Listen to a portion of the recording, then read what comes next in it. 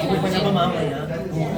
Parang, ano ba yun? Sige, ka-cancel ko na lang. Cancel ko lang. Sige, hindi, pero that's something that you will appreciate with Kokoy because hindi naman like lahat, pero alam mo yun, na parang, syempre, pagod siya eh. Kung i-park up yung taping, pwede mo naman ipahinga na lang.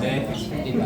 Pero siya talaga, hindi yung first tayo. Ganyan. Tapos yung, nakakasi ko kasi parang meron siyang exit na 3 beses din siya nag-exit. Tuwang-tuwa siya kasi hindi nagbabago yung exit. Sabi namin, ang swerte mo ha, siya ka lang Kasi mag-exit.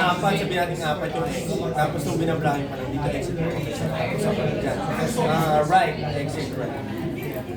Pasok ka, dito ulit. Exit ka right. Uy, dalawa na.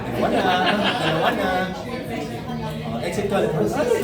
Oo, tuwang-tuwa siya talaga. Pero kasi yun, parang really like, doing the work. Yun naman yun appreciate ko. I remember one person happy. Tapos parang mag-participation time lang. Tapos mag-depend. Ayaw mo para matapos. Ito na kami. Sino na yung ma-out?